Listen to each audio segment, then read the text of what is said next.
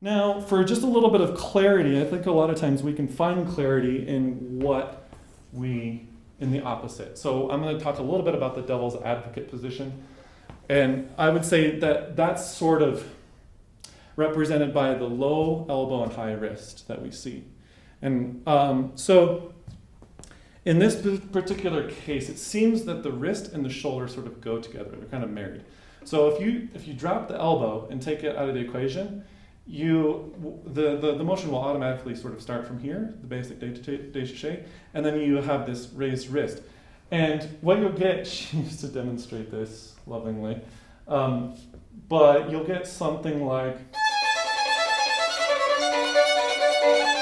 okay, now I'm exaggerating, right? This is not how any of us play, and I don't want you to think that. I'm just magnifying the problem so that we can sort of see it for ourselves, because there's sometimes even just tendencies that can get in the way. Now, so the opposite would be, right? It's all here, not here. All right, so there's, you're just asking, if you do it here, you're asking a very complex joint to do a lot of things. And it's also the farthest away. I mean, the motion's originating here and here. How much farther away from the violin can you get? You can't get any farther. The sounding point's out here. You're going all the way around, right? So we want to keep the music close to the instrument. It's here. There's another thing too. It's less efficient. Basically, if you move here, instigate from here, you've added this part of the arm, all this weight that has to be moved. So in terms of energy, it's less efficient. And efficiency, I think, in violin playing is really ease. If you look at the great players, I think one of the things I always think is, God, it makes it look so easy. But I think that the ease is because they're using all parts of the arm in a very natural way and efficient way. So let's see. No more mirroring. Remember I talked about the shifting. You don't get that anymore if you're moving from up here. Let me see. Oh, one other thing too is that because the shoulder joint is so mobile, say from day to day it might shift a little bit, and that shifting will mean a lot for what's happening here.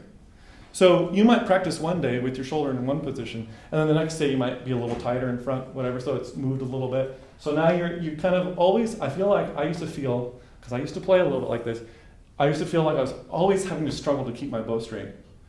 And because you're constantly having to sort of adjust to what he's doing. And it's very difficult to feel exactly the same position in the shoulder from day to day to day, or from week to week.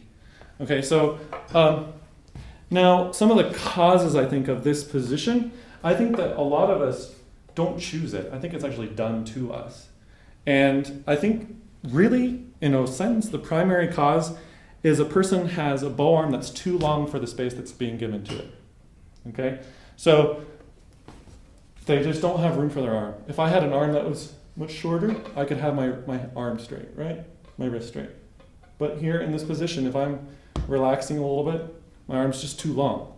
Now the catch is, it's a little bit of a catch-22 with the current things we have available, is that longer arms usually also are associated with longer necks. A taller neck usually means that we're looking for taller chin rests. Taller chin rests usually are center-mounted chin rests because they have to go over the tailpiece, so naturally. But the trouble is that center-mounted chin rests kind of have us looking down straight down the strings, which puts our arm in that position if we have longer arms. So if we favor the length of our neck, we might end up here if we're not careful. If we say there's a couple different ways to move the violin so that you're not in that position, but that would require sort of a taller side-mounted chin rest, and the options for that go drastically down in terms of what's commonly available. Okay, so there's that. The last thing I would say is that I think one of the causes is that we often feel that to emote, we have to do. We have to do more to express more. We have to feel like we're more active. We're spending more energy to emote more. And I would actually say that when my teacher got me playing properly and musically, it was actually the two went together, because ease is it's then you can be musical. It actually comes out, and it's actually that's the rub though, right? Because when you're playing well, it's actually easier. but it's hard to do less, if that makes any sense. So when you think about setup and when you're going through the process of looking for setup, I think that allowing yourself to feel a little bit more at ease is not a bad thing. And we have to recognize that our tendency probably is just as humans is to want to do more for more. We think more means more, more expression.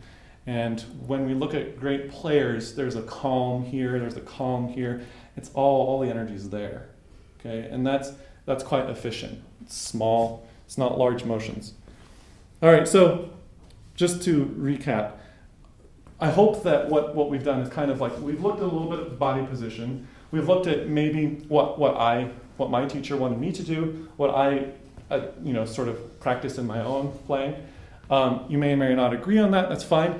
But in any case, now imagine you're in space again, and you have this idea of the way you want to look, or the way you want to play. Hopefully it's slightly clearer. Even if it means that you went opposite of what I just said, that's perfectly fine. It's a dialogue. We have to have these points where people say, I think it's this, and here's why, and then you say, I don't think it's that, and here's why. Even if you're against what I had to say entirely, that's fine. But it's the clarity that you want in your mind's eye that will guide your search for the right tool to help you, okay? So that's why I didn't come up here and just say, hey, look at what this can do. Because I don't think that that's going to do as much good as it could.